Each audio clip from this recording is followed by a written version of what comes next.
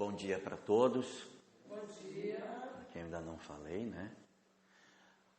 Nós vamos iniciar hoje 4 semanas, ou talvez 5, de estudos sobre o nosso trabalho de atendimento aqui no Eurípides.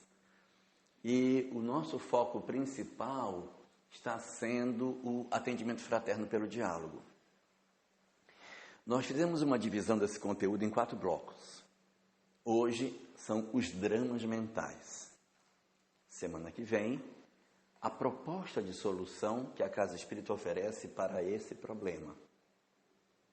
Na terceira reunião, é o perfil do atendente. Todas as recomendações com relação àqueles que estão envolvidos na tarefa.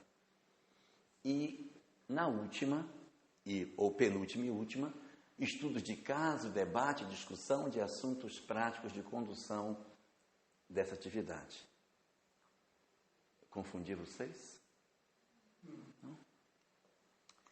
Bom, nós trouxemos aqui uma classificação dos dramas mentais que existem.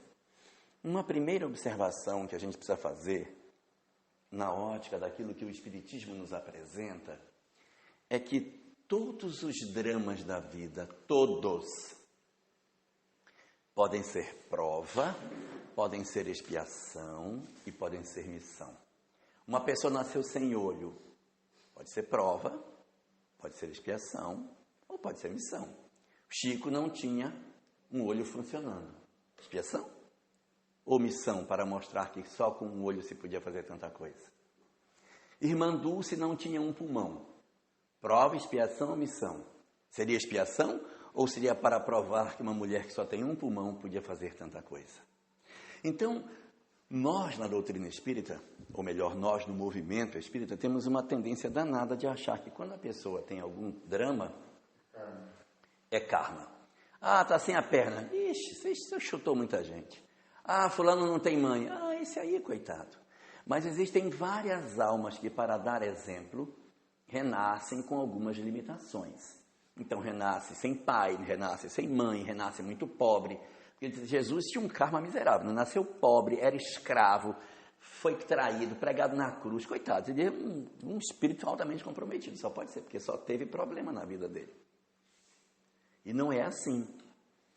A missão, ela está relacionada com a possibilidade de você atravessar por dramas sem que isso represente uma dívida. É confuso o que eu falo? Não. Muito bem. Mas drama mental é a exceção de tudo isso.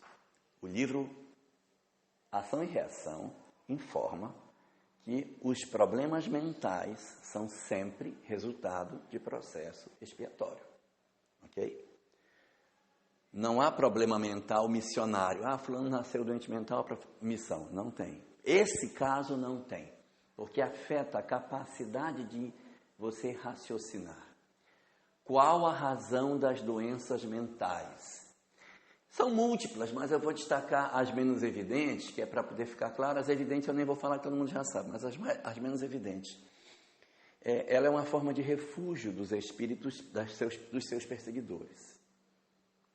Vocês que mexem com reunião mediúnica sabem que os espíritos dizem assim, eu não estou reconhecendo ele nesse corpo, mas é ele, mas está num corpo de mulher. Não estou entendendo, como é que pode? Mas se não é, como é que ele sabe que é? Pela vibração que a pessoa emite, pelo tipo de pensamento, como se fosse o cheiro espiritual. Então, quando eu vejo aquela vibração, eu digo, esse é fulano, não estou entendendo, está no outro corpo, mas é fulano. Por quê?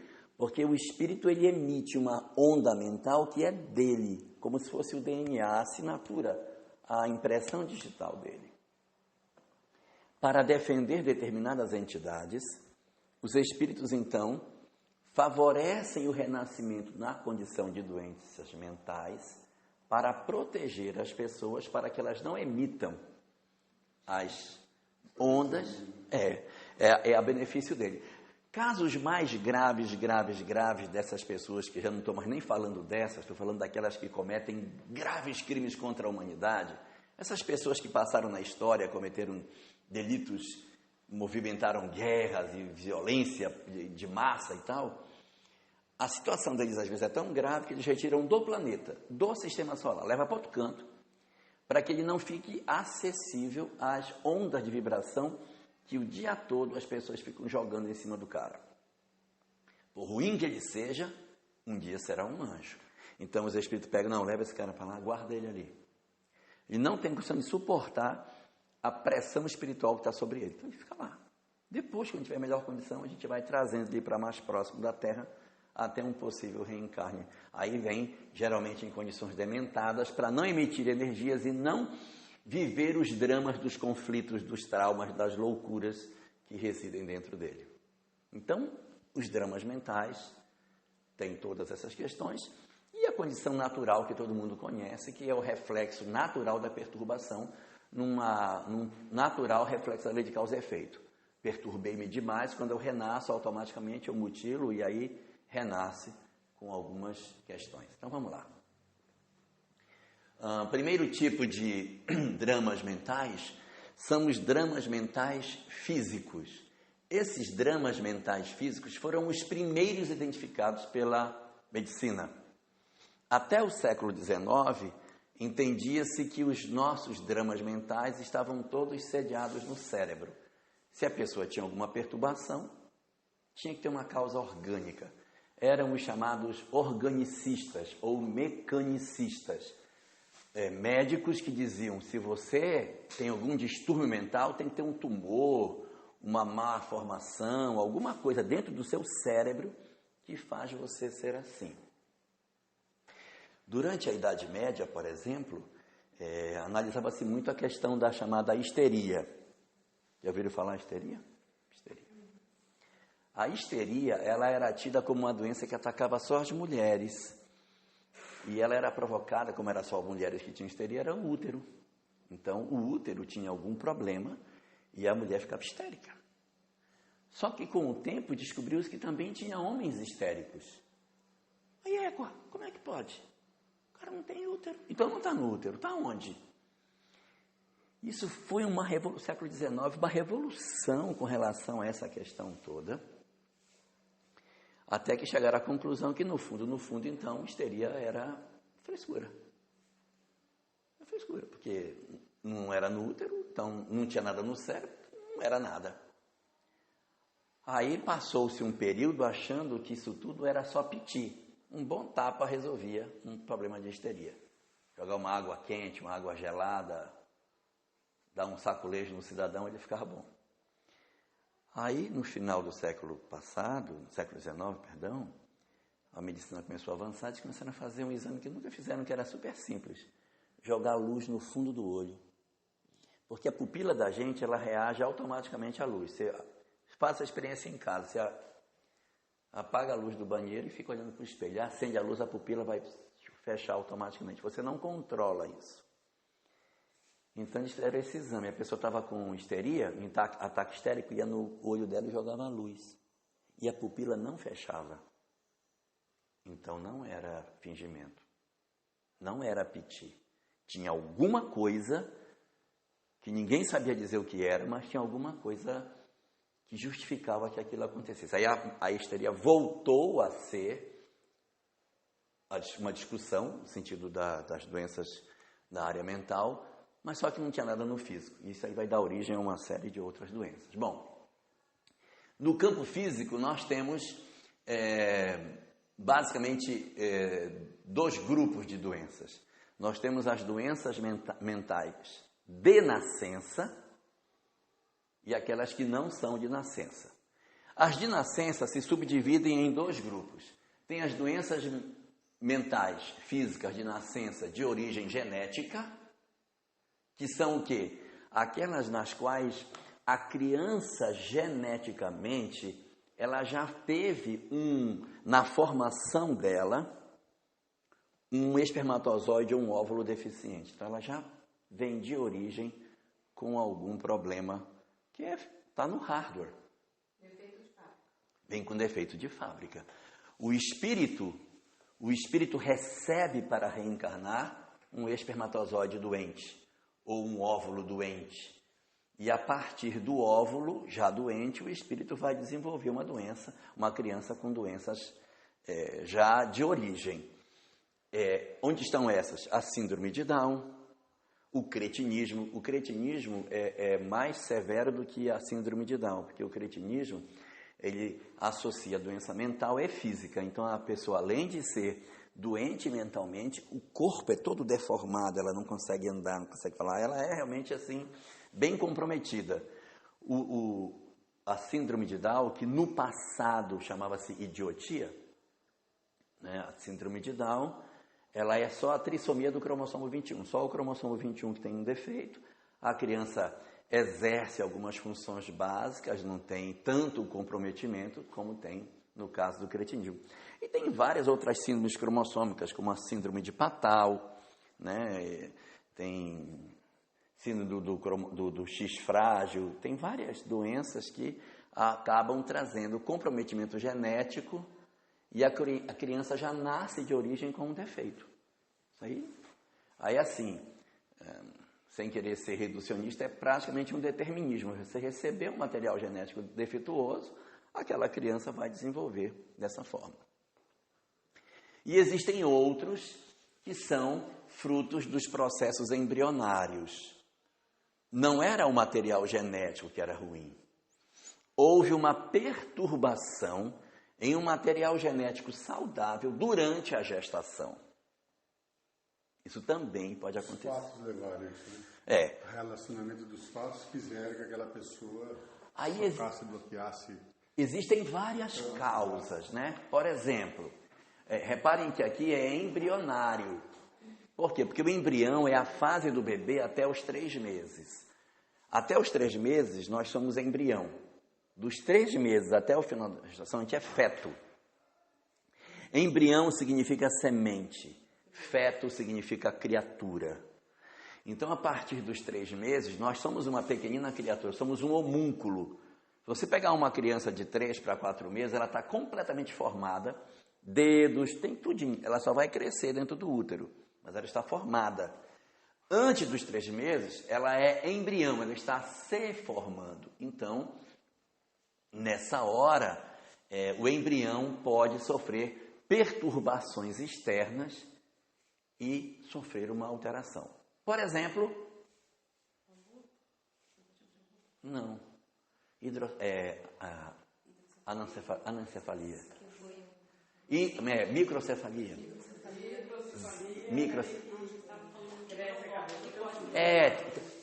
Todas essas questões. Remédio para abortar. Drogas que a pessoa ingere. Bebida alcoólica. Tudo isso são processos que podem perturbar a formação do bebê. Brigas no relacionamento que a mãe se choca muito, esse embrião aí, né? Pode gerar no físico, mas pode gerar no psicológico, né? Porque ela nasce fisicamente saudável, mas cheia de perturbações também, no caso de muitas brigas, né? Mas no embrionário, são mais ingestão de alguma coisa, alguma perturbação que aconteceu no curso da gestação.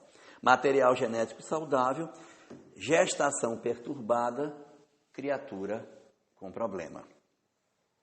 Isso não quer dizer que, obrigatoriamente, toda vez que alguém ingere uma droga, automaticamente isso vai acontecer. Por quê? Porque a lei de causa e efeito ela funciona desse jeito.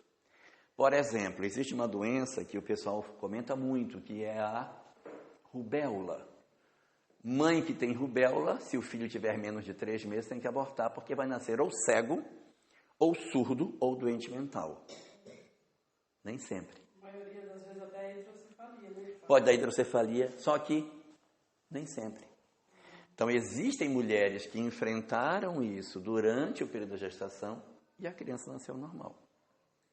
Uma coisa bem dolorosa, né? Tem que fazer uma opção dessa. Sim.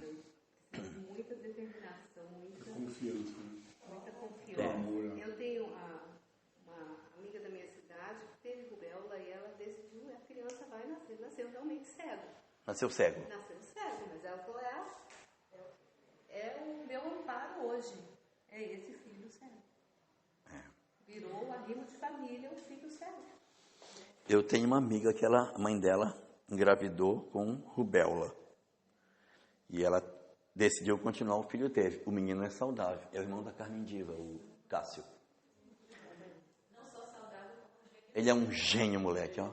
Muito gêniozinho. Minha mãe, quando estava grávida, tomava uma droga que na época se usava para enjoo, que era a talidomida.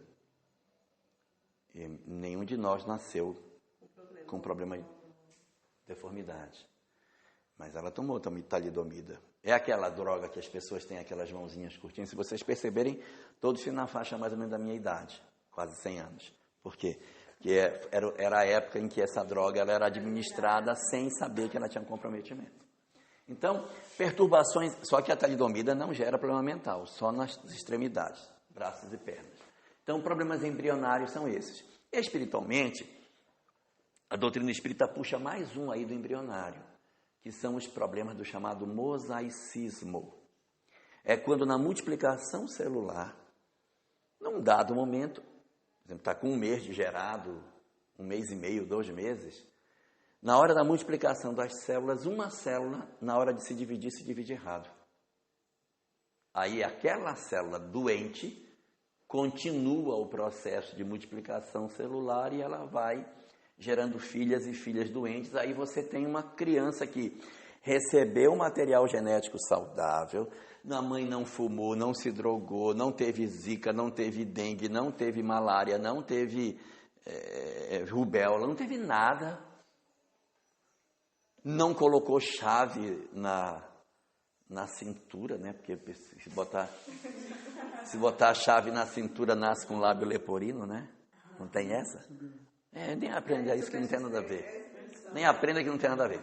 Mas não fez nada, mas a criança nasceu com uma deformidade. A ciência oficial chama isso de mosaicismo, que é a situação na qual o ser humano é um mosaico. Você pega o DNA de um braço, é um DNA. Você pega o DNA do outro, é outro. Você pega o DNA daqui, é outro. Ele é um mosaico de DNAs. Por quê? Uma pergunta. Aí a ciência dá essa explicação. E o espiritismo? Aí o que seria? O perispírito que é doente, comprometido, coisou o material genético na área que formaria o órgão que ele está comprometido. Aí para nós é resgate. Acabou-se. Então, por exemplo, o menino veio se reproduzindo, ele tinha um fígado problemático no mundo espiritual. Quando ele foi montar o fígado, o modelador plástico, que é o perispírito, não conseguiu modelar um fígado saudável. Aí o fígado nasceu deformado. Já o coraçãozinho nasceu com uma abertura no meio. O cérebro nasceu deformado. Então, por que isso aconteceu? O espírito comprometido perispiriticamente não consegue formar um corpo saudável. Então, eu tenho problemas de nascença que podem acontecer. Eu vou ter aqui conflitos da área mental que são de nascença. Quando a criança nasce, o médico já diz, Uma pergunta. Quando nós falamos em danos mentais que as pessoas, vamos dizer, quando a pessoa te faz uma pergunta, você fala, por que a minha filha, o meu filho, não teve problema no físico, não teve problema na nascença, no genético, no embrião. Ele está e vem com esses problemas. Daqui a pouco, no próximo bloco. Tá.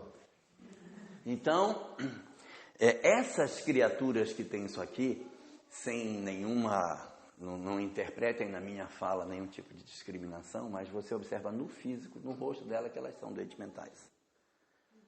Quando você bate o olho, essa pessoa tem problema. Porque a forma do rosto, a maneira como você observa nele, que não, o olhar, tem alguma coisa, você olha e diz, não é saudável. Não é saudável.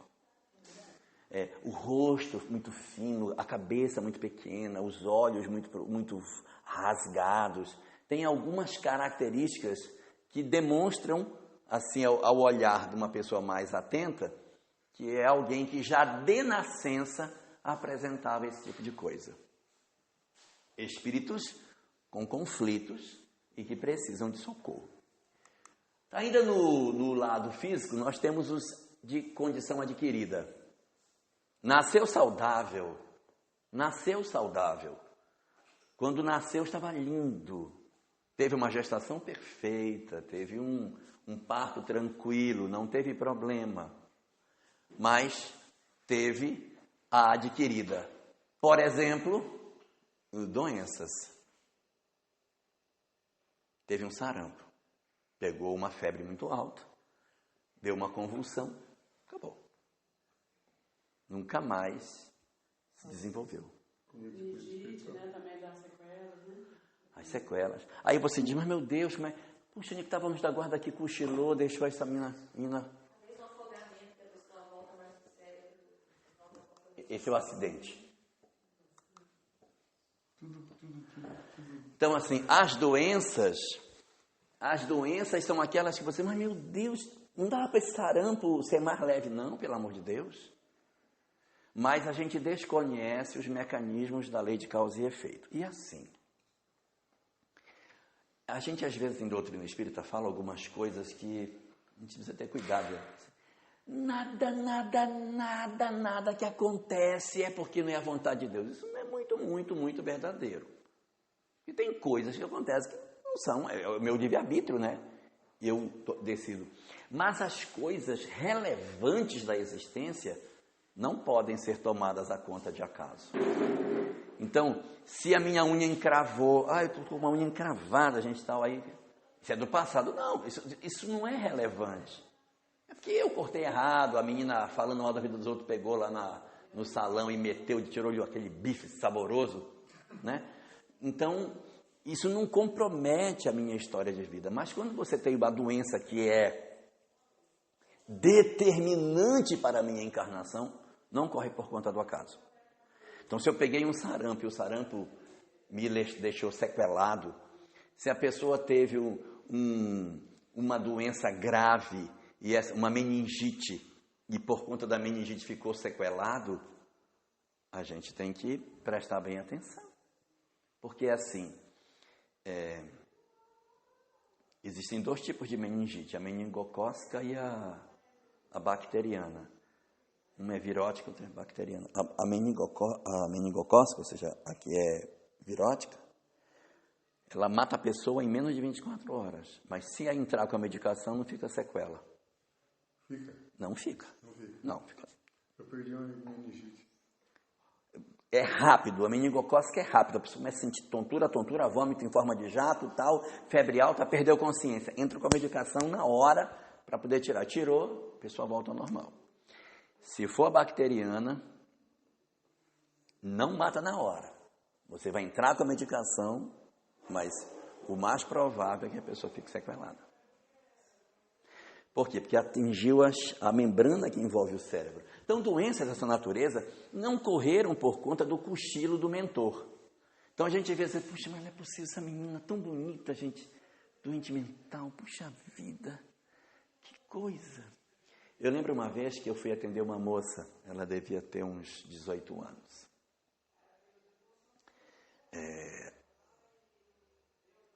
O nome da menina era Sandy, olha o nome. A Sandy, fomos na casa dela, lá do irmão Jacó, para atendê-la. A menina tinha tido sarampo, aí teve uma convulsão, nunca mais andou, falou, nem nada. Ficava só sentada toda entrevada na cama, rindo e tal, não fazia nada. Mental, tudo, completamente comprometida. Os dentes dela eram só uns carvãozinhos, assim.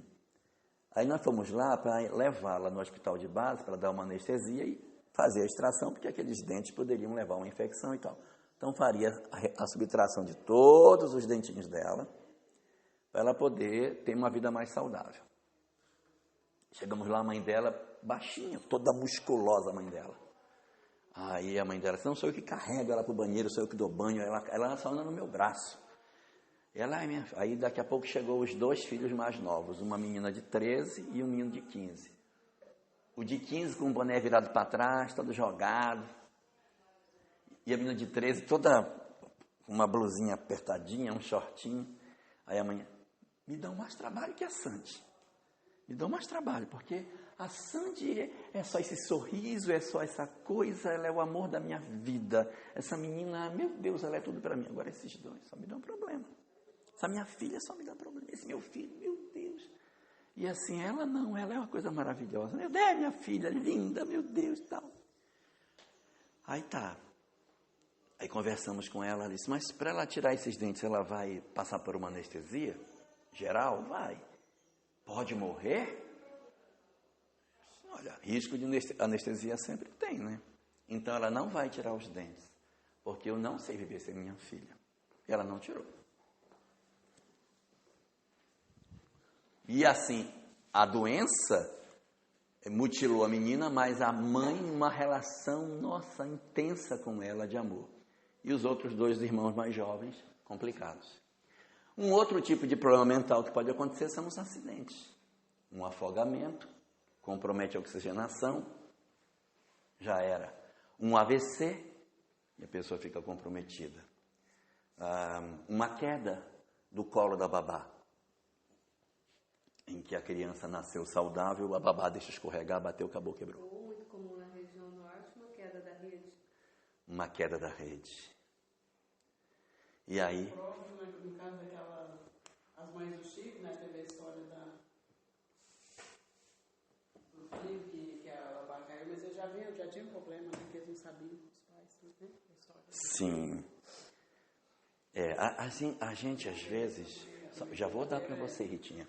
Isso é importante a gente entender, para que a gente não fique muito ferido quando a gente... Puxa, uma queda de rede, puxa, uma babá... Ai, meu Deus do céu... E, na verdade, essas situações ocorrem como instrumentos da lei. Eu lembro um caso do Chico que aconteceu, em que 2 primos estavam conversando e um estava limpando a arma. E aí um atirou no outro, matou o outro. Assassinato, move processo, foi aquela confusão, vai a julgamento. E o advogado de defesa do rapaz que estava com a arma, levou como prova testemunhal uma carta, uma psicografia do Chico, em que o primo inocentava o primo. E assim, até me arrepio, mas assim, o que me chamou mais atenção na carta não é nada, quer dizer, é bacana, né, porque a carta foi aceita como prova e ele foi absolvido. Mas o que mais me chamou a atenção não foi nem o caso em si de absolverem, reconhecerem e tal. Foi uma frase que tem na carta, em que o primo diz assim: o meu primo não foi culpado pelo que aconteceu, ele foi apenas o instrumento da lei. Porque se não fosse o tiro da arma dele, seria outra coisa, mas eu partiria por aqueles dias. Então aproveitou-se da oportunidade e ele então partiu. Poderia ser... No Brasil, no mundo, considerado um júri, né? Sim. Uma carta psicografada. É uma coisa muito... essas balas tidas como perdidas. Bem lembrado. Acerta bem na coluna, deixa a pessoa paraplégica, etc. Resultado, essas doenças que a gente considera como acidentes, elas são instrumentos da lei quando elas são, evidentemente, tão relevantes para a nossa encarnação. Tá? Mas pode ter um processo aí nesses acidentes aí predestinado, pode? Todos são. Não tem outra... Não tem jeito.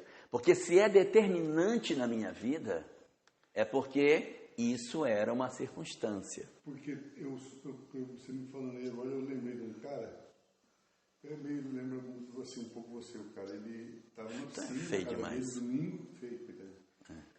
E ele pulou na piscina e tá a festa, os filhos dele e tal, e chegou e ficou assim, pulou e bateu a cabeça. E conseguiu voltar e ficou na borda da piscina com a mulher dele. Mentira que eu não estou sentindo minhas pernas. Eu pensei que era nada. O cara ficou com a tetraplégico. Daqui para aqui, para cá, até hoje. Bateu. O cara milionário, andou numa fábrica e a vida dele acabou ali. Tiraram ele, levaram no hospital, levaram nos Estados Unidos. Não tem jeito. Corte de coluna é... Então tinha que ser já vem, né? Não pode... Né? Porque assim... existe uma mensagem da Joana de Ângeles que diz o seguinte, uma mensagem acidentes. Em resumo, a mensagem assim: você não sabe onde está seu karma, então evite tudo aquilo que possa chamar os acidentes. Não, eu não estou programado para ficar paraplégico. Eu posso pular desse galho que eu não vou ficar. Então, você evita correr, evita ultrapassar em local perigoso, ela diz, evite todas as condições de violência. Para não chamar desnecessariamente provas que não precisariam acontecer. E deixar que a lei exerça somente aquilo que não há como escapar. Agora, se você quiser tirar uma de gostosão, não, eu tenho o meu corpo fechado, vou puxar uma faca no meio do... Os mensageiros relatam isso, no coice do animal. O coice do animal. Aquilo ali, o cara era ruim, imprudente, achando que era o cara, foi passar o bolso, o animal deu um coice nele. O cara, exatamente. Aí eu disse, mas você não estava aqui, mas o que eu podia fazer? Ele maltrata o animal, então ele provoca. Eu estou muito equivocada quando eu falo para os meus filhos, vocês têm obrigação de zelar por essa vida. Obrigação de zelar. Vocês têm obrigação de zelar por essa vida. Não é de graça, não. Então, aí você tem que evitar todas as condições de risco, porque você não sabe onde está o cenário do seu karma, digamos assim. Você não sabe. Aí você vai, quer ver? Vai, bate na minha cara, quero ver, quero ver. Eu era um pré-suicida em carro. Eu era um louco andar, fazer... Eu não morri por Deus. Quantas vezes eu tinha que cheirar a morte e falar, agora não deu mais. Para correr esse 80, 70, 200. Que lindo. Eu falei, meu Deus, eu era um louco, você sabe. Já correu muito? Sim, pegava as crianças, botava no carro e ia para São Paulo de carro sozinha com os meus filhos. Mas eu fazia loucura, daqui 2h25 daqui de Paraná. Daqui a Campo Grande, saí daqui 4 horas da manhã, meia-noite, estava em Campo Grande. Pra quê? Adorava correr. Pra quê? Quando a gente vê a morte, assim, o cara meio trepado, eu falei, olha, vai sair. Acorda pra morrer. Não, pra que isso? Hoje eu falo, meu Deus, eu era um louco. Eu tenho medo de mim hoje. Hoje eu estou andando 110 anos. Tá bom. Tá bom. E a lei de causa e efeito, a gente só acha que é de vida passada. Essa vida também. Na hora que eu jogo aí 150 no carro, eu já estou dando causa para o efeito. Não é? É causa e efeito. Olha, eu vou dizer para vocês uma imagem que eu acho que representa bem tudo isso. Vamos ver se eu consigo representar a minha ideia. Imaginem que a gente tem um tabuleiro. Isso é um tabuleiro. Esse tabuleiro é todo dividido assim em quadradinhos, horizontais e verticais. Nas verticais estão todas as doenças que eu tenho de alguma forma, alguma vinculação. Eu joguei gente na fogueira, então a questão da queimadura não está longe de mim. Eu matei gente na arena, então eu sofri um dilaceramento, não está longe de mim. Eu joguei gente no calabouço e o pessoal morreu de tuberculose não está longe de mim. Então, assim, eu tenho nessa horizontal várias doenças. E aqui na vertical eu tenho idades. Eu matei crianças, eu era um dos soldados de Herodes, matei os inocentes. Então, assim, desencarnar aos 2 anos não é improvável para mim, porque eu fiz isso com os outros, eu preciso perceber o que é você vir e não poder ficar. Eu posso também desencarnar aos 15, porque eu já fui muito irresponsável e tal. Aos 25, então eu tenho aqui várias faixas. E isso, a depender do que a maior ou menor probabilidade, o buraco é maior ou menor. E aí a vida é uma bolinha nesse tabuleiro furado. Então você tem que sair. Olha, aqui por aqui. Então você tem que ir tirando desse tabuleiro. Opa, peraí. Aí quando tem que fazer, cheguei. Aqui tem a morte natural aqui no final. Então você tem que ir, sabe, peraí. Opa. Se não tiver cuidado. Desse jeitinho mesmo. Quando chega naquelas faixas de idade que você tem propensão para desencarnar, você tem que andar com bem cuidado, tem muito buraco, né, no tabuleiro. E quando está próximo dessas causas, também os buracos são grandes. Aí você tem que saber levar a sua bolinha de... Oi? Se tivesse tabuleiro pra gente ver, era.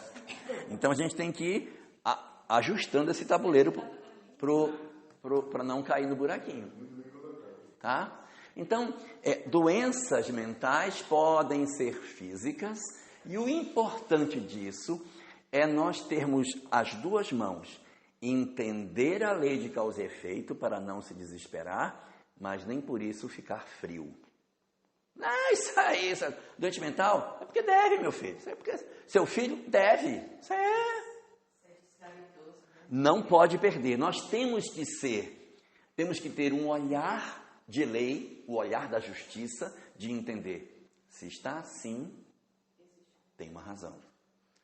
Mas se está assim e tem uma razão, também tem uma misericórdia que precisa ser vista. Então, lá, o nosso amigo, de um lado é a lei de justiça alcançando ele, e do outro lado, a necessidade da gente ser cuidador, da gente ser acolhedor, mesmo considerando que a lei de justiça está se exercendo. Eu te confundi? Não, está bem claro. Ok? Bom, isso é da questão física, mas existe os males que são psíquicos. Doenças que são psíquicas. Não está mais no hardware, está tudo no software. Você olha para a pessoa e ela não tem cara de que é doente mental. Mas gente, como é que pode? Aí uma modelo famosa, depressão, toma um monte de remédio, se automutila, se isola do mundo, sofre de uma série de dramas, não consegue conviver. Mas, meu Deus, saudável. Você olha para o ser humano, normal, ó. Você olha aqui, não tem sinal de doença mental. Não tem sinal. Mas, por quê? Porque não está no hardware. É o software, o sistema operacional do cara que é complicado, entendeu? E aí você vai ter uma pessoa que o parto foi tranquilo, não teve nada físico, nada orgânico, não tem nenhuma substância química que justificou uma má formação de um órgão que fizesse com que aquela pessoa tivesse aquela realidade comportamental. Então, na ciência do século XIX, que era fisiologista, que era organicista, onde Charcot é o grande representante dessa escola, não havia espaço para males psíquicos. Então, no século XX, aí a importância de Freud é que vai dizer o seguinte: não, as pessoas podem estar completamente saudáveis do ponto de vista físico, mas serem profundamente doentes, porque o mal não está no corpo. Não adianta procurar no corpo que você não vai achar. O mal está na alma. Na alma não, que ele não dizia isso, mas está na mente. Não é o físico, é a mente. Bom, quanto à intensidade dos males psíquicos, existe uma classificação que é de Freud. Freud classificou as doenças psíquicas em 2 grupos. Chamou de neuroses e de psicoses. Qual é a diferença? A neurose... Tem problemas mentais mesmo, aquele cara aqui, ele tem duplicidade. Ele tá lá e parece, ele é de 0 a 80. Isso é neurose. Ele pega no tranco. É psicólogo, o cara já é um cara. O cara viaja, ele vai lá, ele vem, tá tudo bem, tá tudo mal. Não. Eu gostaria de ter um filho assim. Mas é? Não, não é isso não.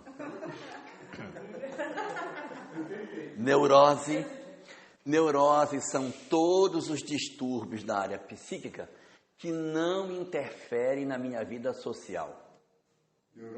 Neurose. Quando o cara é neurótico, a vida social dele vai, mas ele tem problema. Por exemplo... Cheio de mania, gente. Mania de limpeza. É mania de limpeza, mania de organização. Não posso ver um negócio fora do lugar que eu vou lá e eu tenho que ajeitar, eu tenho que arrumar. Então, assim, as neuroses são essas coisas. Mania de acumular as coisas. Já viram aquele pessoal que guarda tudo? Eu conheço uma pessoa que ela tem problema de acúmulo. É interessante. A gente fica observando ela. Então, assim, compra-se uma coisa qualquer, aí, comprou e tal, aí tira aqui. Aí você tira e o saco plástico fica assim em cima da mesa do balcão. Ela dá uma olhada rápida, vê se ninguém está olhando, aí enfia dentro do sutiã. Porque ela vai levar aquele saco de pão, aquele saco plástico, para casa. pote de margarina, pote de tudo que você possa imaginar, caixa de papelão, tudo que tem, bolsa, tudo. E leve igual. A casa é entulhada de coisa. Porque tem problema de ser acumulador.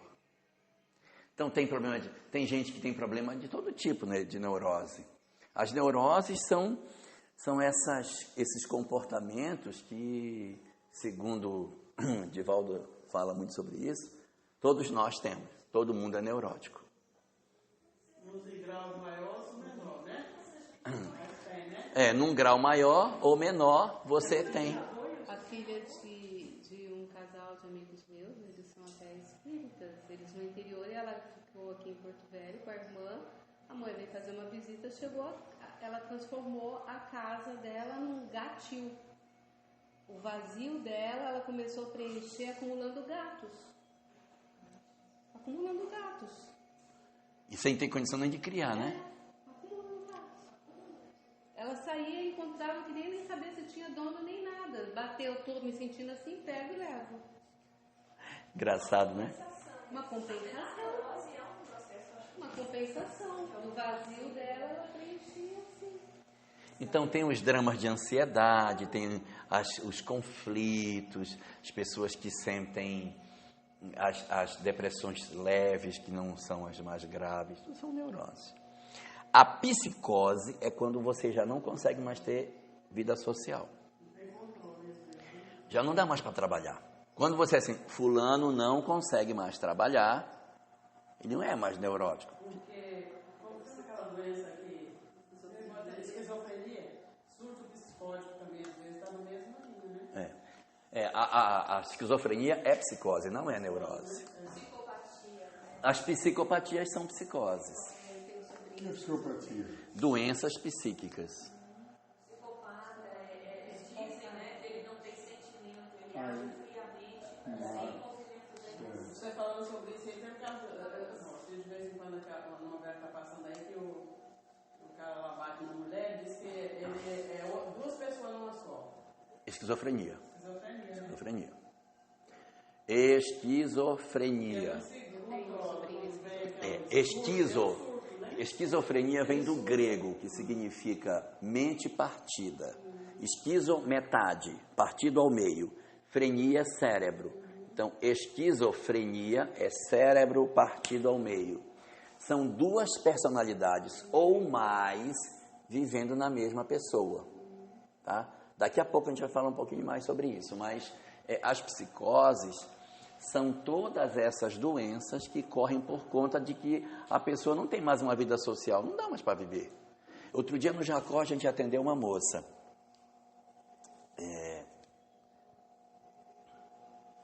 A gente atendeu uma moça lá. A moça chegou... Eu tenho 15 minutos? Tá. A moça chegou, aí estava lá fora. Aí o pessoal disse, olha, ela está lá no carro, tem que atender ela lá. Nós fomos lá no carro para atender a moça. Chegamos lá, ela estava, o pai e a mãe no banco da frente, a moça deitada, estirada no banco de trás. Aí o pai disse, olha, ela está assim há 3 anos, desde que o marido separou. Ela não levanta da cama, ela fica só assim, ela se mexendo o tempo todo. Como, sabe a pessoa semi-incorporada? Se mexendo, se mexendo, se mexendo. E aí eu entrei no carro, sentei assim, botei os pés dela em cima da minha coxa. Aí eu disse, deixa eu conversar com ela, não responda, deixa eu ver se ela responde. Qual é o seu nome? Aí ela respondia. Que idade tem seus filhos? A idade que ela dava era a idade de 3 anos atrás. Aí eu perguntei, mas ela ficou assim o tempo todo, ela não levanta e tal? Não levanta. E ela fazia o quê? Ela era vendedora da Avon, ela tinha uma vida super ativa, o marido largou, aí ela ficou desse jeito. Teve um surto e saiu mais. Nunca saiu desse estágio, só uma vez. Foi mesmo, foi. Ela saiu, ficou bem, tomou banho, se arrumou e disse, eu vou na casa do fulano. Foi lá na casa do marido, entrou, pegou um pedaço de pau, quebrou tudo que tinha na casa. Quando terminou, disse para a nova esposa, comprem tudo de novo, que aí eu volto para quebrar. Vem quebrar de novo. Então, a psicose é uma situação na qual o indivíduo já não tem vida social, não trabalha mais. Enquanto você consegue trabalhar, ter vida social, está só neurótico. Da feita que aquilo tomou conta de você e você já não consegue mais exercer uma atividade profissional com tranquilidade, entrou no ramo da psicose. Então, essa é a divisão que... A gente vê o efeito da mágoa, o efeito da raiva na mente humana. Sim. A pessoa pode piorar, tá? Ela pode começar num processo neurótico e aí ela não vai se tratando, ela vai entrando e vira psicótico. Pois é, viu, nessas situações também pode ter pessoa assim, aparentemente mais normal, mas a droga também faz, né? Com certeza, com certeza. Mas tem outra coisa também. No lado espiritual aí, a infiltração também. Daqui a pouco no próximo bloco. Mas tem, não tem? Sim, claro. Vamos para cá. Gente, dá para ir até 11 horas? Quanto à temporalidade, não estou mais falando de intencionalidade. Estou falando de temporalidade. Existem problemas psíquicos que nascem do hoje e outros que nascem no ontem. Nem todo problema espiritual que eu tenho obrigatoriamente está relacionado com o meu passado. Por quê? Porque se todo problema mental fosse do passado, quando foi que começou? Porque o meu problema mental é do passado, que é do passado, que é do passado, que é do passado, não começa nunca. Então, uma hora ele tem que começar. Então, a gente, às vezes, pelo nosso livre-arbítrio, cava situações no hoje que nos levam a perturbações. Existe uma obra do André Luiz muito boa sobre esse assunto, que é o livro... Não, No Mundo Maior. É o 5º livro da série. Não sei se vocês já perceberam, mas o livro do André Luiz, cada um tem o foco num objeto diferente. E o 5º livro da série, que é No Mundo Maior, o objetivo é doenças mentais. Acho que seria um bom livro para a gente ler. São 30 dias eles internados no manicômio. Internados no bom sentido, né? Fazendo uma atividade de socorro no manicômio. E André Luiz divide o cérebro nessa obra em 3 partes. Ele diz que a parte frontal é o futuro, a parte central é o presente e o passado está no fundo. Então, quando as pessoas elas vão ficando doentes mentais, ele vai dizendo que essas áreas do futuro ou do hoje, elas ficam apagadas. Só fica funcionando iluminada a parte do trás. E ele conta vários casos no livro, evidentemente, e um que ele conta é de um senhor já idoso, que fez muita bobagem durante a vida, era dono de fazenda. Então, fez muitas maldades. Aí, já velho, sentado na cadeira de balanço, daqueles velhos que fica quase mudo quando envelhece, sentado numa coisa, sofá, só se embalando, fala muito pouco. Aí, observe a mente dele, toda focada no que ele fez. Por que ele não está no hoje? Ele está tudo voltando o que ele fez e aquilo está remoendo, ele está se remoendo do feito. E amanhã isso pode ser um problema que venha a acontecer. Às vezes é do hoje, olha, ele no hoje fez e está colhendo no final do hoje o feito no hoje. E há aqueles que amanhã irão colher o que fizeram no ontem. Não sei se eu estou confundindo vocês. Então, a gente não pode dizer assim, não, a questão da doença mental, isso aí é tudo do passado. Tem vezes que não é do ontem, tem vezes que é do hoje. Fui eu que cavei, fui eu que provoquei, por conta de uma droga que eu fui buscar. Eu não tinha conflito, mas aí eu comecei a usar o álcool, do álcool eu fui para a droga, da droga eu fui para as companhias espirituais que a droga me traz. Aí, colega, para sair da droga eu fui para o crime, agora sai. Lá, quando você fala do ontem, do hoje, está falando do ontem. Encarnação passada. Da vida passada e da vida presente, né? Porque nem todos os conflitos psicológicos têm origem na vida presente, na vida atual. Tem coisas que são realmente de outras existências, né?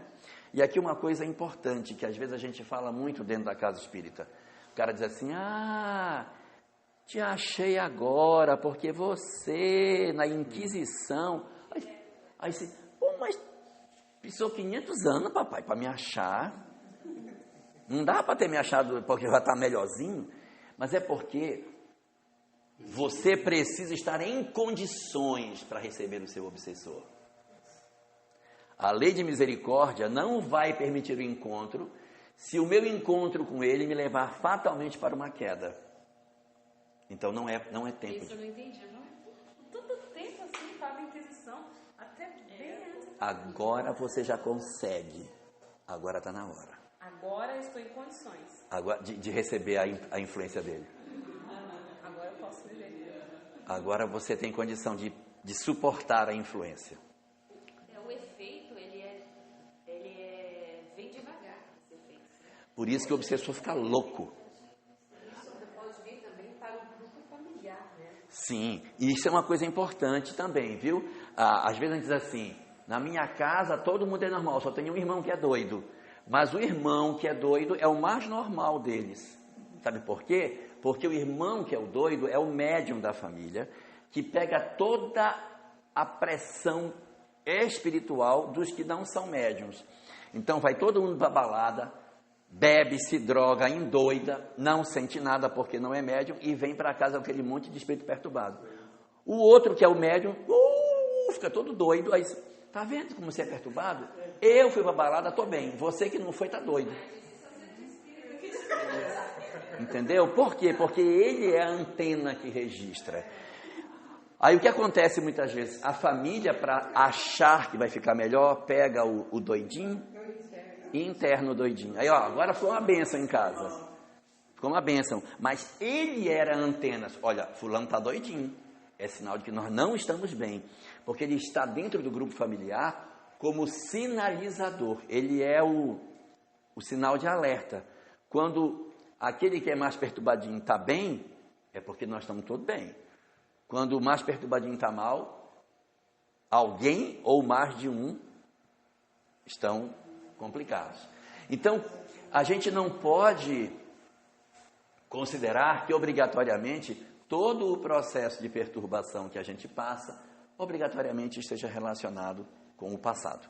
Eu posso ter muitos dramas que nascem do hoje.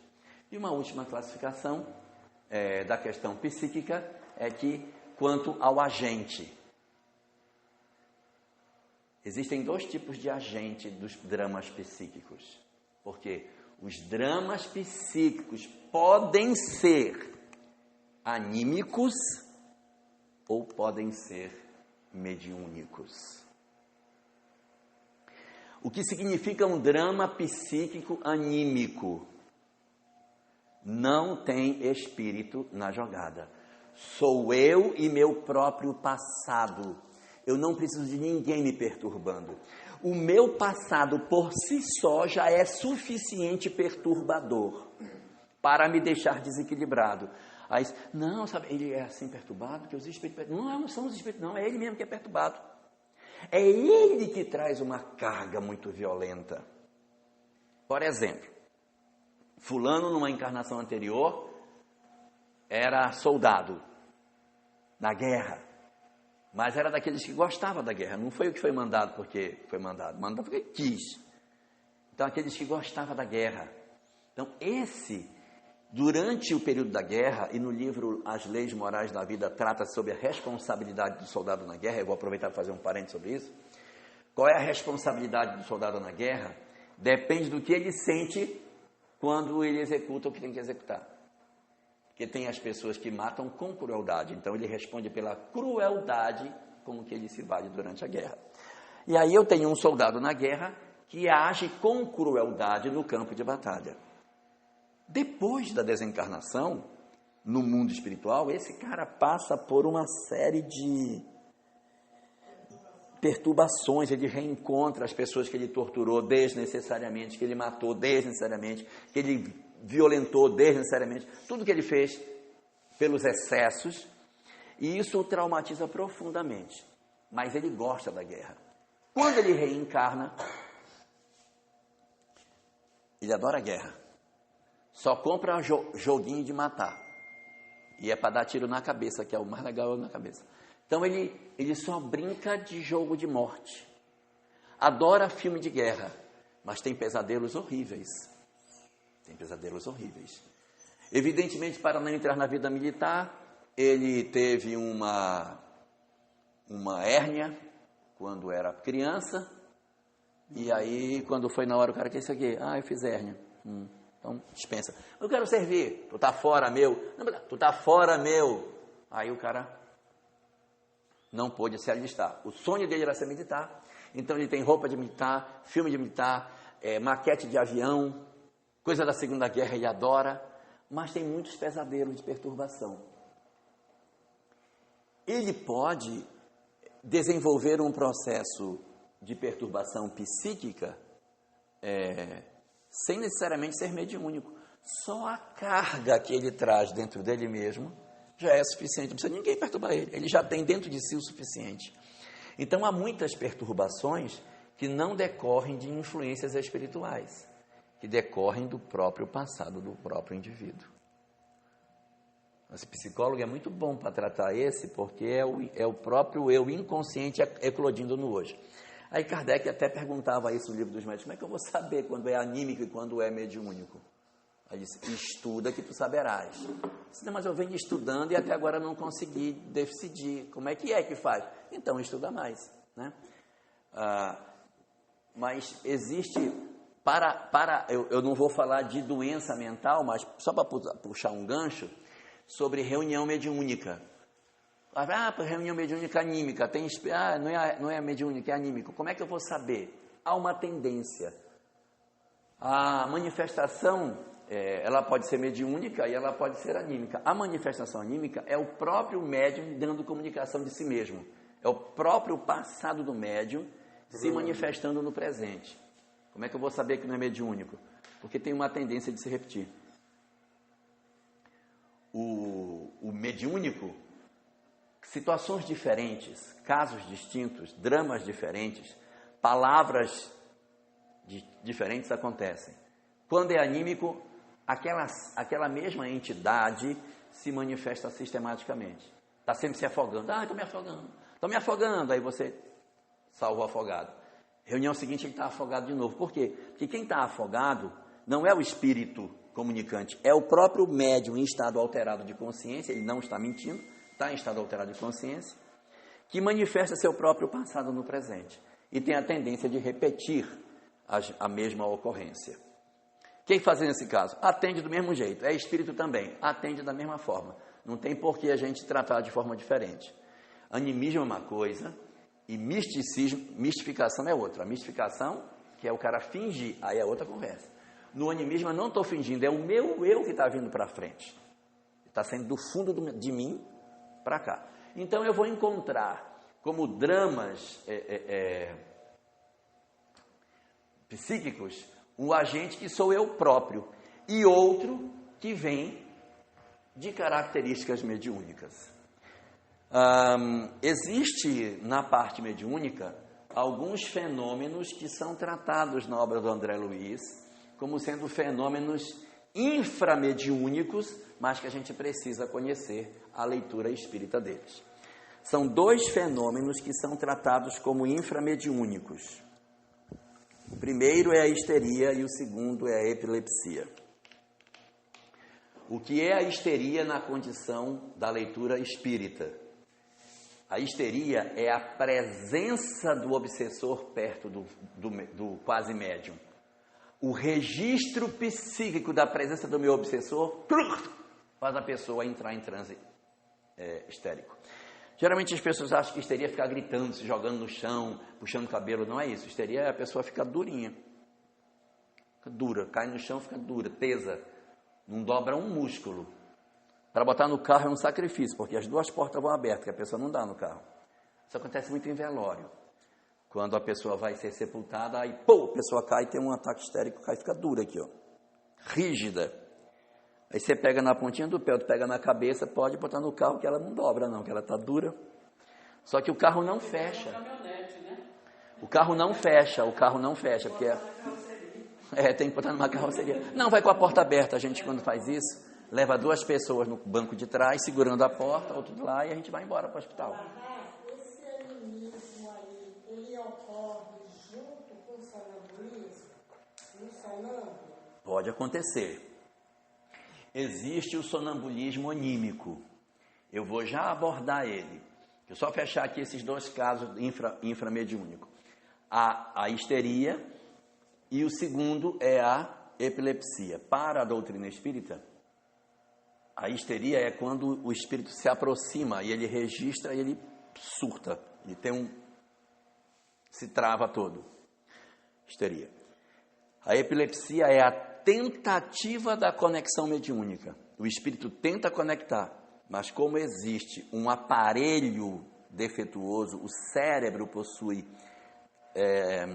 más formações, o cérebro é mal formado, então na conexão mediúnica aquilo não consegue se executar e o espírito então não exerce o papel de comunicação. Aí a pessoa começa a se debater, seria fruto de conexões imperfeitas. E que o problema não está no espírito, está no médium, que tem um físico comprometido e que não permite a conexão mediúnica. Esses dois fenômenos são fenômenos da área mediúnica, né? Porque não é o próprio agente, não é o próprio médium, mas eles não são ainda mediúnicos em si, de fato, porque a conexão não está estabelecida. Mas esse espírito que se aproxima na histeria não necessariamente é um obsessor, então. Mas ele, para que ele exerça uma sensação de rejeição do médium, ele tem alguma história que produz nele um sentimento negativo e aí ele se trava. Essa causa, então, da histeria é uma rejeição. Uhum. Como acontece com algumas pessoas, a gente vai ter a chance de ver isso no nosso trabalho. Pessoas dizem assim, eu não consigo dormir. Eu deito para dormir, quando eu vou dormindo, eu acordo. Por quê? Porque eu tenho medo de dormir. Por que eu tenho medo de dormir? Se dormir é tão bom. Porque quando ela dorme, ela encontra com o cara que está do lado de fora esperando ela sair. Então, diante da possibilidade de eu... Ela nem sabe que ela vê, mas ela sabe que ela tem um sentimento ruim. Quando eu durmo, me vem um sentimento ruim. Então, eu acordo para não dormir. É a tentativa de não deixar com que eu me veja diante daquela pessoa que eu entendo como sendo meu inimigo.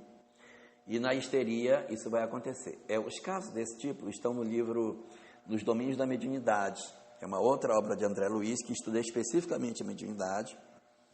E lá você vai encontrar esses casos. Se eu não me engano, a epilepsia é o capítulo 7. E a histeria, se eu não me engano, é o capítulo 5. Mas eu posso estar enganado. Além desses dois, já vou falar para você, Ritinha, só um instantinho. Além desses dois que eu falei sobre a histeria e a epilepsia, existe um outro fenômeno mediúnico que é a obsessão, né? Todo fenômeno obsessivo é, na verdade, um fenômeno mediúnico. Só que é um mediúnico imperfeito, mas é uma tentativa de conexão em qualquer um dos graus que a gente esteja da obsessão. Seja a obsessão simples, seja a fascinação, ou seja a subjugação. Qual a diferença entre as três? Na obsessão simples, o obsessor constrange o obsidiado, perturba o obsidiado. Ele se sente incomodado com o obsidiado. E a pessoa diz, eu não estou bem, eu estou perturbado. Eu sinto que eu estou alterado, eu sinto que eu não estou legal. Isso é a obsessão simples. Isso é porque é simples. Fascinação não é assim. Fascinação, ele ilude o obsidiado e a pessoa não se sente incomodada com a presença dele. Ao contrário, na fascinação, eu te faço crer que o que eu estou dizendo é verdade. E você acredita firmemente no que eu estou dizendo. A pessoa não se sente incomodada. Não, ao contrário, vocês estão todos errados e só eu estou certo. É sintonia? Total, sintonia total. Mexe na vaidade, né? Ele usa sempre a vaidade para trabalhar. Um exemplo clássico de fascinação é aquela mãe que pega a foto e vira para o marido e diz assim, olha meu bem, essa foto do pilotão marchando, o nosso filho é o único de passo certo, tá vendo? Então, na cabeça dela está todo mundo errado e só o filho dela que está marchando com o passo certo dentro do pilotão. Um exemplo que todo mundo conhece. Então, a fascinação, ela ilude a pessoa. Então, Quais são as características do fascinado? Eu estou certo, está todo mundo errado. Eu sou o grande missionário do mundo. Eu vim para trazer a verdade. Quando a pessoa vem e ela se acha o rei da cocada branca ou preta, tanto faz. Não, eu é que sei, vocês estão todos errados. Aí começa a receber muito livro mediúnico que não tem qualidade nenhuma. Começa a trazer revelações, eu que sei, eu trouxe agora. Quando a gente começa a ter muito isso, pode começar a ficar desconfiado que pode estar num processo de fascinação. A subjugação é diferente. A subjugação é o agravamento da obsessão simples. É quando eu digo assim: eu não tenho mais força, é mais forte do que eu. Eu estou vencido. Não adianta eu tentar. Eu não vou conseguir. Eu perdi a luta. Esse é o subjugado. Geralmente a pessoa que está subjugada, ela está num processo também de psicose. E por ela estar num processo de psicose, ela já está envolvida com um atendimento médico, já está usando algum tipo de medicamento. E esse medicamento muitas vezes já deixou algumas sequelas na pessoa. A sintonia e a obsessão, ela é a perturbação. Eu sei que ela sobre a perturbação. A fascinação é a minha sintonia. Não é a sintonia, eu tenho uma coisa em mim, o cara... Só que o fascinado, Priscila, ele é de tal maneira que ele porque assim, a gente ter vaidade é uma coisa, outra, ser fascinado é muito mais do que ser simplesmente vaidoso. Ele não vai só potencializar, né? Ele se acha o máximo, ele chega, por exemplo, eu, não estou falando de outra pessoa, estou falando de mim. Uma vez eu estava num local, ia ter uma palestra de Divaldo, aí chegou um senhor, foi lá no balcão, onde estava o pessoal o presidente da federação, onde ele ia falar.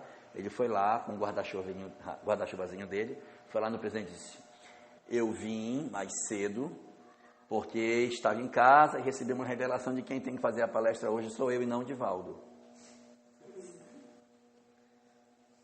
E aí, você vai fazer o quê? E os espíritos disseram para mim que sou eu que vou fazer a palestra. Esse é o fascinado. Ele não tem senso crítico de dizer. Não tem. Você ficou doido. Assim, a fascinação trabalha na vaidade. E o cara acha que ele é realmente o... Mas aí vem a simbiose, né? A vaidade permite aquela simbiose nas formas.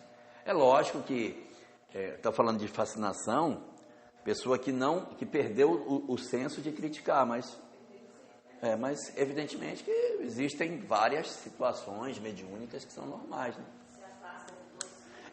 Ele se afasta das pessoas. Quando as pessoas, mas olha, eu acho que essa comunicação que você recebeu, ela não é boa. Esse pessoal está perturbado, eu vou largar esse grupo. Larga o grupo, vai embora para casa, rompe com o movimento. Esse é indicativo. Perturbado, fascinado, tem muito essa característica. Começa a ter muitas ideias estranhas. Começa a usar roupas estranhas. E o espírito que quer fascinar, às vezes ele faz realmente para ridicularizar a pessoa, para queimar, para derrubar. Não, você tem que usar uma roupa sempre verde, ele vai mostrando a Nós tivemos recente em Pimenta Bueno um caso sério disso, foi parar na casa espírita de Pimenta Bueno, porque o casal dizia que a criança, que era uma menina, na verdade era um menino e era a reencarnação de irmão. Olha aí que legal. Envolveu a casa espírita, entendeu? Porque eles chegavam para atendimento e o pessoal ia atender. Aí eles começaram a dizer tanto, é verdade, que a gente chega e eles já nos atendem. Porque sabem que a criança é reencarnação de irmã. Complicado isso. Isso é fascinação. E veja que a subjugação é totalmente diferente. Subjugação é, gente, eu não dou mais conta. Não percam tempo comigo. Ela tem noção de que é uma força externa. Não percam tempo comigo. Eu sou um vencido. É mais forte do que eu. Eu não consigo vencer. Ok? Só para terminar, porque nós já... Não. Sabe qual é o pior? Não, eu vou lhe dizer. Vou lhe dizer porque você falou, ainda falta a Ritinha falar um negócio da Ritinha. Mas existem Kardec fala de 3 graus da obsessão. Kardec. Mas na literatura espírita são 5. Tem mais 2 que não estão na obra de Kardec. Mas nem por isso deixam de ser fenômenos obsessivos. Um se chama assédio. O que é o assédio? O assédio é uma investida na tentativa de derrubar, uma armadilha. Você me fala no livro Obsessão, né? Assédio. Allan Kardec tem um episódio que fala sobre assédio. O assédio. A obsessão simples já é uma coisa instituída, estabelecida, conectada. A fascinação é um processo constituído, conectado. Subjugação, muito mais ainda. O assédio não é uma conexão definitiva. É um evento. É um ataque. É um ataque. Aproveita o momento seu. Foi só esse instante para Isso. No livro, meu Deus, no livro, o nome do autor é Ignotos. O nome do livro, eu esqueci o nome, daqui a pouco eu lembro o nome do livro. Tem Ignotos é um escriba, Ignotos significa ignorado, né? É um espírito que escreve por Divaldo e conta vários casos. Boa parte dos casos dessa obra são o próprio Divaldo, que é o personagem central.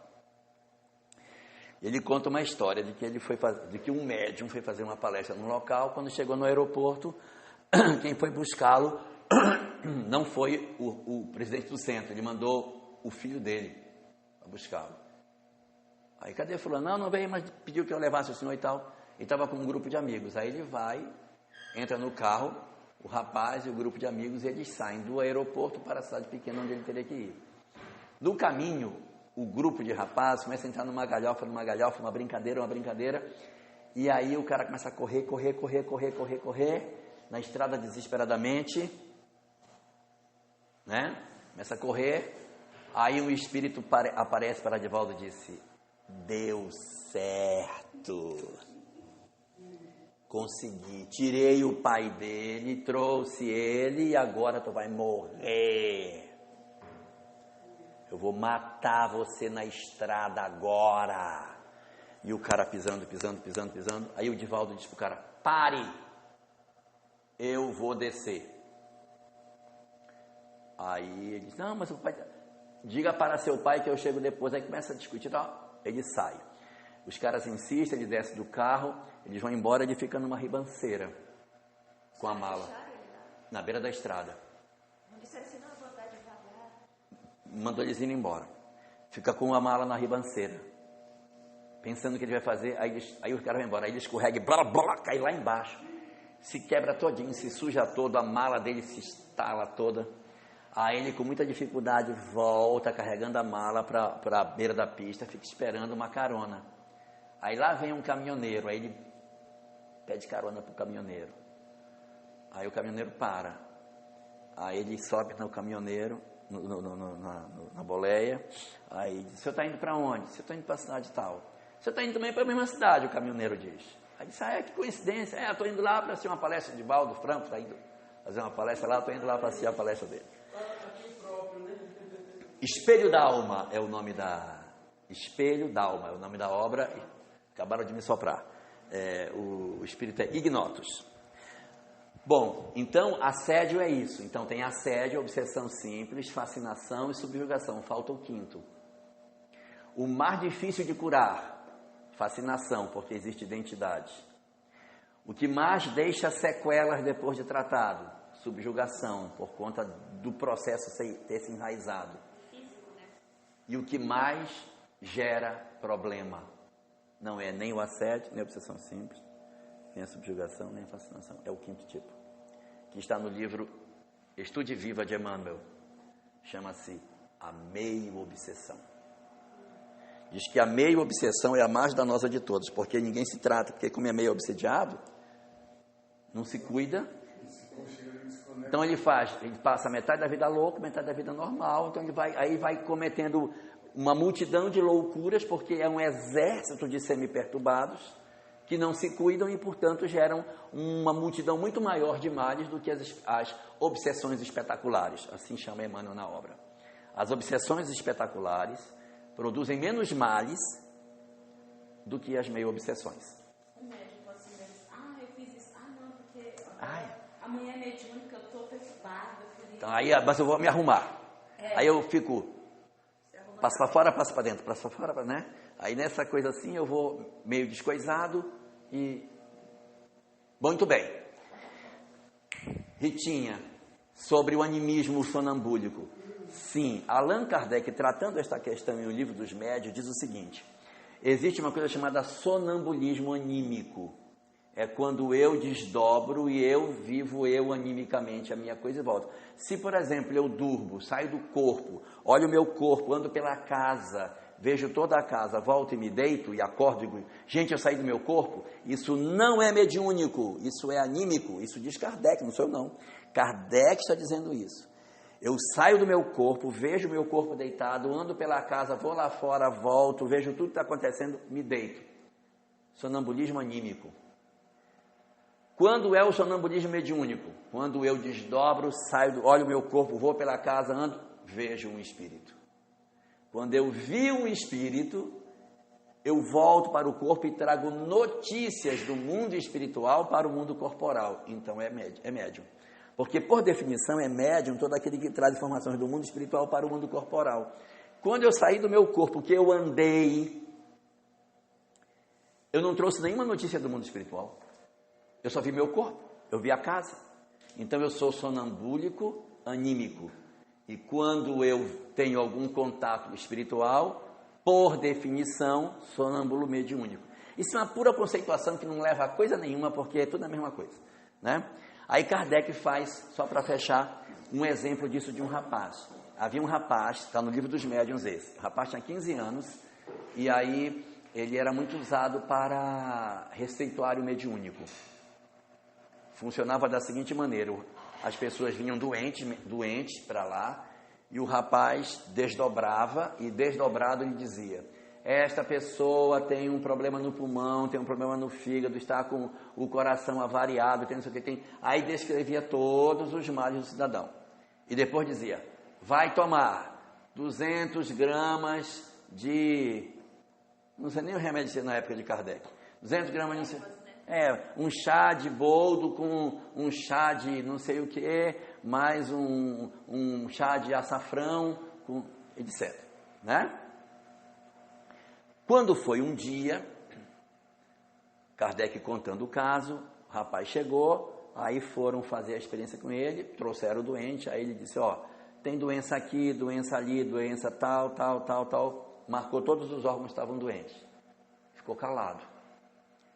Aí o rapaz estava na condução dos trabalhos e disse, sim, e o remédio? Ele disse, o remédio hoje eu não posso dar, porque o meu anjo doutor não está aqui. Essa é a expressão que está no livro. As doenças sou eu que vejo, mas o remédio é ele que me dita. Como ele não está aqui, eu não posso dizer o remédio. Aí Kardec arremata. Quando ele via as doenças, ele era sonâmbulo. E quando dava o remédio, era sonâmbulo médium. Veja que é o mesmo fenômeno, é na mesma hora, é na mesma manifestação. Quando ele dá uma informação é anímica e quando ele dá a outra informação é mediúnica. Quando, uma criança de 7 anos, é sonâmbula, acorda e fala francês. Isso aí é anímico. Ela pode ter ainda a lembrança do passado. A tendência é que até aos 7 anos haja muitas recordações do ontem. E a partir dos 7 aquilo vai começando a apagar, né? Então a criança tem um amigo imaginário, vê os espíritos ainda quando tem 3, 4, 5 anos, tem muita influência dos espíritos.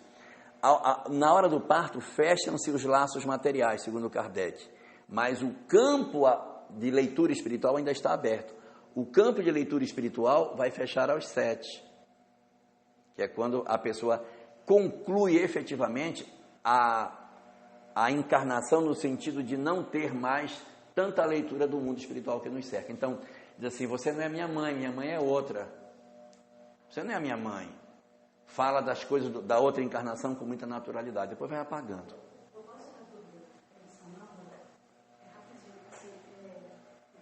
Quando o sonâmbulo, ele levanta, é uma coisa anímica? Pode ser anímico, pode ser mediúnico. Pode ser mediúnico também, ele pode estar mediunizado, né? Pode ser. Só para a gente concluir, para a gente sair gargalhando com a cabeça para trás, existem 3 profissionais que podem trabalhar no atendimento a essas pessoas. O médico, qual é a função dele? O médico aí tem 2 especialidades, o neurologista e o psiquiatra. Qual é a diferença? O psiquiatra, ele vai cuidar da doença mental, né? O psiquiatra vai cuidar da doença mental. Isso. E o neurologista? O que o neurologista vai fazer? O neurologista é o médico. O neurologista é o médico do cérebro. É o neurologista que analisa o cérebro enquanto órgão. Se tem um tumor, se não tem um tumor, se tem uma má formação. É o cara que faz aqueles eco. Eu fiz o exame da cabeça e o neurologista chegou para mim, dona Márcia, eu queria dizer uma coisa. E assim o exame. Sua cabeça está vazia. Vazia de doenças físicas, tá? Está vazia, né? Então, o neurologista cuida do cérebro, do coco. Vê o que tem aqui dentro, se tem alguma doença, algum tumor, alguma malformação qualquer, quem opera, quem abre, quem vê. Esse é o neurologista, que muitas vezes é o cirurgião que vai fazer as intervenções no cérebro. O psiquiatra é o que trata não o cérebro como físico, mas trata a doença mental. Então ele vai trabalhar a ansiedade. Bom dia, minha filha. O psiquiatra vai trabalhar a ansiedade. Você tem um remedinho para ansiedade, um remedinho para não sei o que, um remedinho para depressão, um remedinho para dormir, um remedinho para acordar, um remedinho para ficar mais obediente, para poder aprender como... Exato. Então, o psiquiatra, ele vai trabalhar essas medicações, tá bom? Então, ele tem essa importância na medicação. Só que psiquiatra não foi feito para ficar conversando com o paciente. Quem faz esse papel? Muito bem, o psicólogo. O psicólogo, claro que o médico psiquiatra pode conversar. É excelente ele conseguir conjugar a habilidade de medicar com a habilidade de atender a pessoa enquanto pessoa.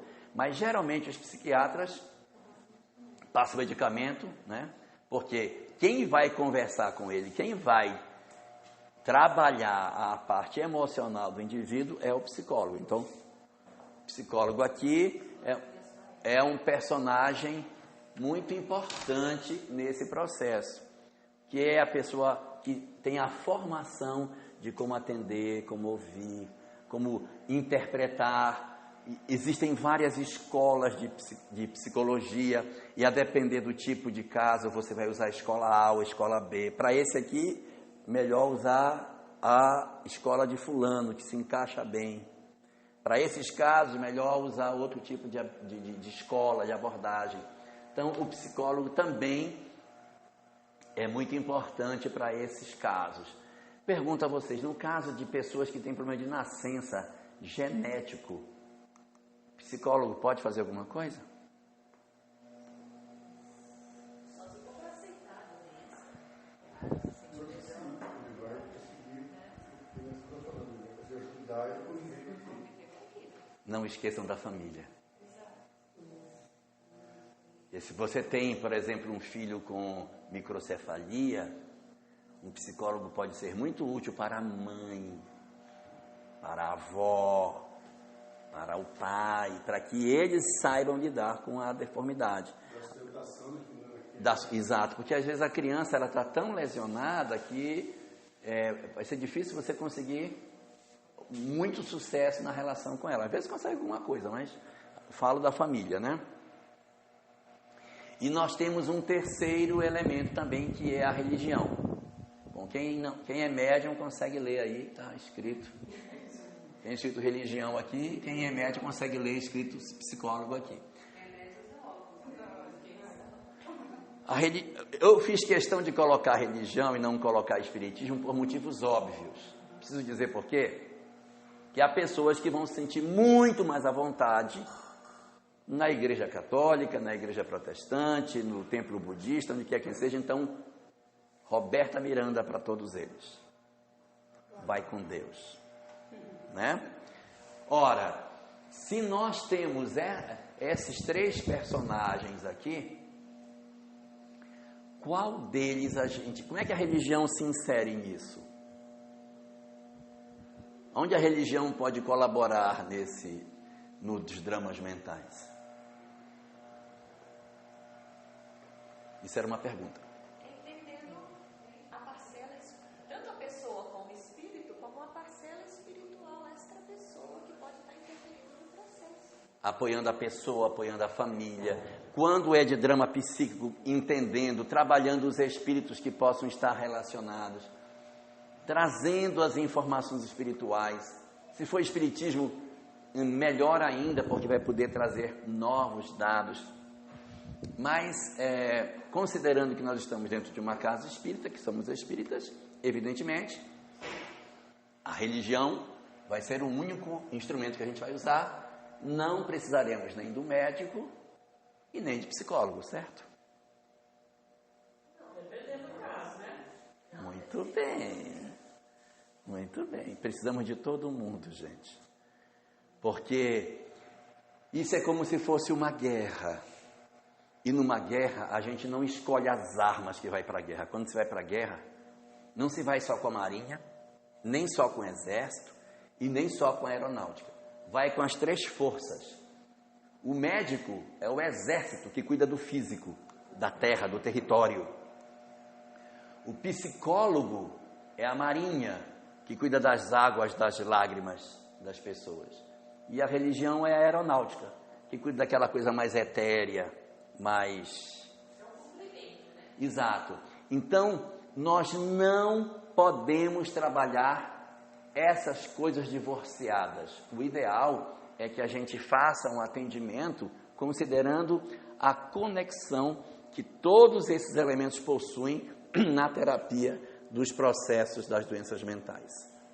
E aí, no caso do atendimento fraterno, nós estamos agindo no campo religião, no campo espiritismo, porque é muito complicado, às vezes, a gente querer dar orientação médica para o paciente. Toma um remédio tal que é bom. Isso aí deve ser uma neurose. A gente até não tentar entrar, porque esse campo não é nosso, né?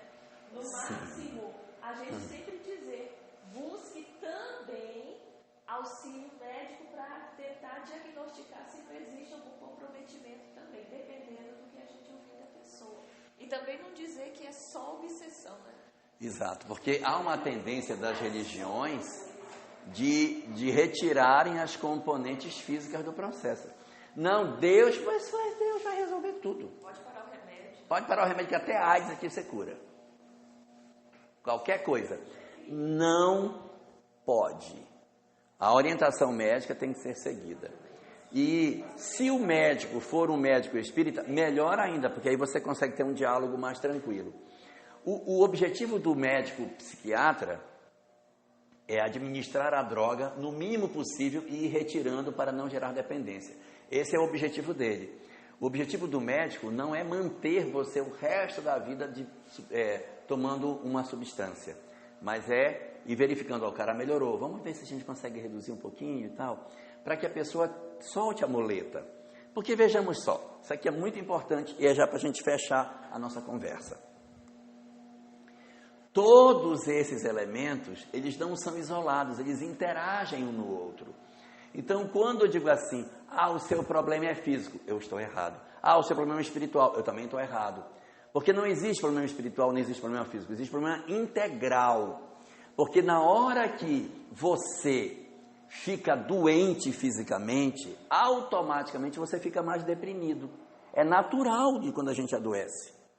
Uma pessoa que tem um acidente e perde uma perna, e que sofre uma depressão por conta da perda da perna, Ela tem um problema físico, foi a perda da perna, aí gerou um problema psicológico, que ela ficou deprimida. O problema psicológico alterou quimicamente os hormônios produzidos, então ela tem baixa de serotonina, baixa de uma série de substâncias que são substâncias essenciais para o meu equilíbrio de humor, altera, porque eu já não sou mais uma pessoa em equilíbrio. Como eu deprimi, o meu sistema imunológico deprimiu, então eu estou muito mais frágil para qualquer tipo de infecção. Aí inflama o ouvido, inflama o olho, inflama a garganta, tudo que pode inflamar, inflama, até a unha, quando vai fazer no manicure, fica uma unha inflamada, tudo. Aí agora, ai meu Deus, é uma gemessão só. Aí eu fico ruim fisicamente e fico ruim psicologicamente. Entro num quadro de tristeza muito grande. Consequentemente, os espíritos que se aproximam de mim são semelhantes. Aí eu ganho companhias espirituais perturbadoras. Aí ninguém sabe mais quem é que chora. Se sou eu, se são eles choram, eu choro por conta dele, ou eles choram por causa de mim. Aí você não sabe, meu Deus, como é que faz? Porque eu tenho problema médico, e não é só psiquiatra. Eu tenho problema médico de outras ordens, porque agora eu estou com o ouvido inflamado, eu estou com a garganta inflamada, eu estou com tudo inflamado, eu estou todo pitimbado. Eu preciso de um psicólogo para entender o luto, porque quando a gente perde uma perna, é um luto que a gente passa. Não tem que trabalhar o luto da perna para sair do estado de tristeza, e eu tenho que ter a questão religiosa para que eu consiga encontrar uma forma de ter um sonho para o futuro, um horizonte maior. E aí trabalhar as questões espirituais, mudar a faixa mental, que vai tirar as entidades que possam estar vinculadas a nós. Então, o trabalho ele não é só médico, só psicólogo, só religião. Ele é integrado. E para que a gente possa fazer um bom trabalho na casa, nós temos que sempre enxergar as pessoas como um ser integral. Olhar o físico que está doente, sim. Então, quando eu olho a criancinha que tem microcefalia, eu olho a criança e enxergo também o espírito que ele é. E enxergo a mãe, que é mãe de uma criança, e digo, ela pode estar por prova, por expiação ou por missão. A mãe pode ser. A criança é um processo expiatório, mas a mãe pode estar em qualquer das três condições. E aí, essa leitura me ajudará a fazer um trabalho melhor nesse sentido. Aí a gente vê como é importante ter a vibração e paz nas pessoas que têm esse processo dessas almas afins com a dor que alimentam, né? E dá esse alívio para a pessoa poder pensar e retomar a sua vida. A importância do diálogo fraterno, onde a pessoa vai colocar todos os dramas que ela enfrenta, né? Do esclarecimento da palestra, onde ela vai entender que ela é um espírito imortal. Aí todo o pacote de coisas que compõe o atendimento espiritual. A gente vai trabalhar enxergando a pessoa na sua dimensão mais abrangente possível. Aí eu preciso ter uma vibração que permita o acolhimento das entidades que vêm com ela, mesmo que ela, não, mas ninguém veio aqui, mas a vibração emitida permitiu acolher os espíritos que estavam em volta. Aí eu tenho o acolhimento lá na frente para poder receber a pessoa. A palestra, que a gente precisa dar o esclarecimento espírita na palestra também. Então, o atendimento fraterno pelo diálogo, que tem que enxergar a pessoa na sua visão integral, não só o homem, nem só o espírito. Não, minha filha, não precisa de médico, não. Largue mão disso, joga esse remédio tudo fora. Você vai rasgar essa receita e pronto. Não. Recepcionar todas as orientações médicas, recepcionar as orientações do psicólogo e acolher a pessoa no atendimento fraterno. Acho que a vantagem, assim, de quando a pessoa busca o atendimento fraterno é começar a surtir efeito tudo aquilo que já foi enviado e feito por ela em termos de prece. Porque quando a pessoa está no problema, mas ela não se abre a ajuda nenhuma, a impressão que eu tenho é que as preces vão formando só aquele capacete aqui em cima, vão ficando ali. Não sai, né? Não sai, está ali, as preces estão ali, mas não conseguem efetivamente acessar a criatura. Porque a criatura vem, mas para no capacete. Para no capacete. Quando ela vem para o atendimento fraterno, acho que é a frestinha que é encontrada pela espiritualidade para começar a fazer com que a coisa flua. Só corroborando essa fala da Márcia, eu diria o seguinte: vejam a importância do atendimento fraterno pelo diálogo, por ser o momento que o mentor esperou a vida toda. Alguém encarnado que pudesse dizer no ouvido dele as coisas espirituais que ele precisa ouvir. Às vezes, uma existência inteira, o mentor está vindo pela mãe, pelo pai, por não sei quem, dá um livro, não sei quem, não. Aí, conseguir levar na casa espírita, aí o cara vai ser atendido pelo atendimento fraterno. Então, é a hora que você senta diante do cara, a grande oportunidade de você dizer para ele o que ele precisa saber.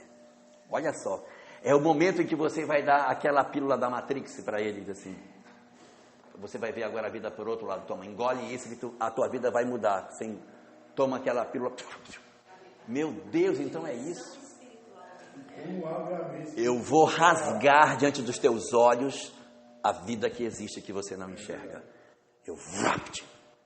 Então, olha o poder que está na mão. E assim, esse trabalho, estou falando, é uma engrenagem, né? Se ele for feito, mas não tiver ambiência espiritual, a vibração que permita com que ele aconteça, não vai funcionar.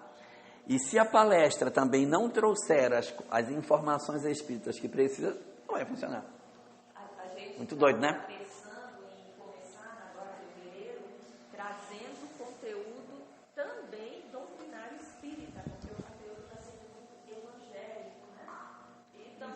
Então nós vamos começar a falar de mundo espiritual, de influência espiritual, de nós espíritos eternos, né? A dimensão espiritual do ser vai ser explorada porque é o que complementa, sem abrir mão do evangelho que vem complementando, colocar evangelho e doutrina.